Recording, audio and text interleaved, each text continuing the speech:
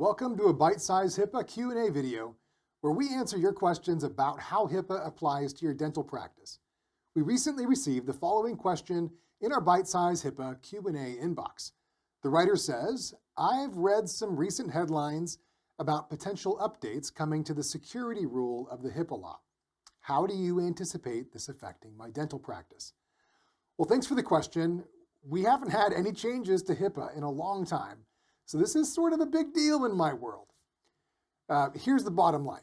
No changes have been made yet. What's happening is that the Department of Health and Human Services, or HHS, has proposed several updates to the security rule, but these are still in the proposal stage, meaning that they're open for public comment and they have not been finalized or implemented.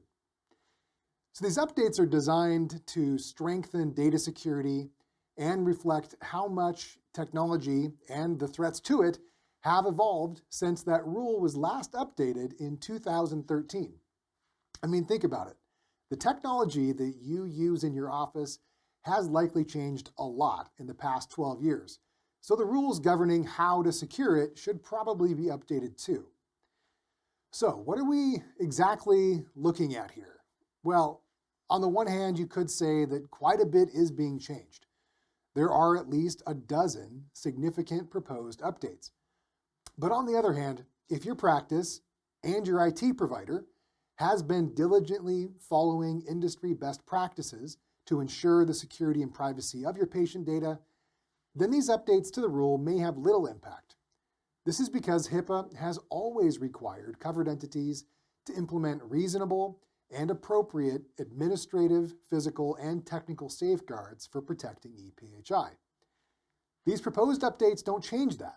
They just provide much clearer guidance on what those reasonable and appropriate safeguards actually are, what they entail. They incorporate modern data security best practices into the rule. So this effort from HHS comes after years of reviewing data breaches and discovering that many organizations failed to implement even basic protections. Practices like conducting formal risk analyses, at least annually, encrypting ePHI, and creating effective contingency plans are all things that should already be happening under the current law. But the truth is that many of the large breaches that we've seen occurred because these basic safeguards weren't even in place. So the updates to the rule aim to fix these recurring issues by being more specific about what's expected. So let me give you a few examples of what's being proposed. First, practices would need to keep an up-to-date inventory of all technology that they use and create a visual map that shows how patient data flows into and then out of their system. You would need to track where and by whom PHI is created, stored, used, and shared. Second, the risk analysis process would need to be more detailed. It would have to identify vulnerabilities and then evaluate how likely those vulnerabilities are to be exploited. And then third, the updates emphasize stronger security measures like requiring encryption of all data, requiring multi-factor authentication, and performing regular vulnerability scans. And then finally, there's a bigger focus on being prepared for security incidents with requirements for clear response plans and the ability to restore systems quickly after a breach.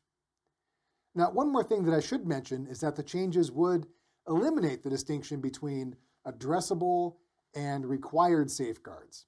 Now, this has been one of the biggest sources of confusion in HIPAA over the years. You see, currently, HIPAA labels some safeguards as addressable rather than required, which for many people, they mistakenly believe that that means those safeguards are optional. But in reality, addressable just means that there are various ways to mitigate a specific data risk. So you must just implement the safeguard or an appropriate alternative based on your unique risk assessment. This proposed update would remove this ambiguity by making every safeguard required. Now, here's the key takeaway I want you to walk away from this video with. The security rule requirements are not drastically changing. HIPAA has always required reasonable and appropriate security practices. So what is changing is the level of specificity in what that means and the expectation that you actually follow through. The gray areas that have allowed practices to cut corners or delay security measures are disappearing. And if you're already following those principles, you're on the right track. Just keep doing what you're doing. But if you haven't been prioritizing security, now is the time to start. Because once these changes are finalized, enforcement will likely follow. History shows that when HHS updates a rule, they actively look for ways to enforce it, often making examples out of organizations that fail to comply. So these aren't new ideas. They're things that you should already be doing. The difference is that soon there will be far less wiggle room and regulators will be expecting to see clear, documented compliance. Taking action now will help ensure that you're ready when these updates become official. If you have a HIPAA question related to the day-to-day operations of your dental practice, feel free to send it my way. My email address is todd@bitesizehipaa.com. That's 1 P and 2 A's. I can't promise I'll be able to get to every one of your questions, but I'll do my best to find the most applicable ones to address in future Bite Size HIPAA Q&A videos. Thanks.